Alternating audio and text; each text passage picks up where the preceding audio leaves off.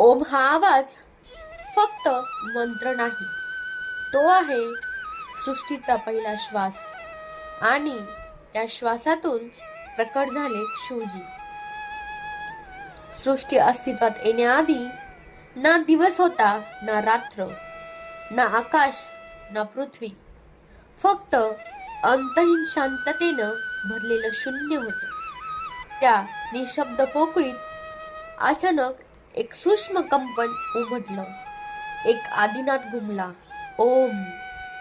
त्या नादातून प्रकट झाली एक दिव्य तेजस्वी शक्ती, जिला ना रूप होतं, ना सीमा, ना पुरुष, ना स्त्री, फक्त शुद्ध अस्तित्व. हळूहळू त्या ऊर्जेला आकार येऊ लागला. जटांनी वेढलेलं मस्तक, गळ्यात विसावलेला सर्प, अंगावर पवित्र भस्म, कपाळावर उघडलेला तिसरा नेत्र आणि त्या क्षणी विश्वाने प्रथमच दर्शन घेतलं महादेवांचं. त्यांनी नेत्र उघडताच काळाचा प्रवाह सुरू झाला.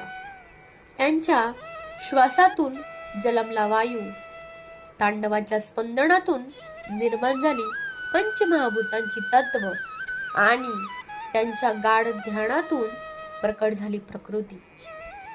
त्यांच्या संकल्पनातून निर्माण झाले विष्णू आणि ब्रह्मा. ब्रह्मा सृष्टीची निर्मिती करण्यासाठी आणि विष्णू सृष्टीचा समतोल राखण्यासाठी. आणि महादेव झाले स्वतः संहार, परिवर्तन आणि संतुलनाचे अधिपती.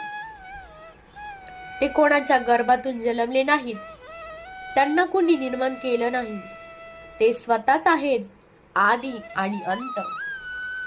कारण सुरुवात जिथे होते, शेवट जिथे विसावतो, त्या अनंत सत्याचं नाव आहे महादेव.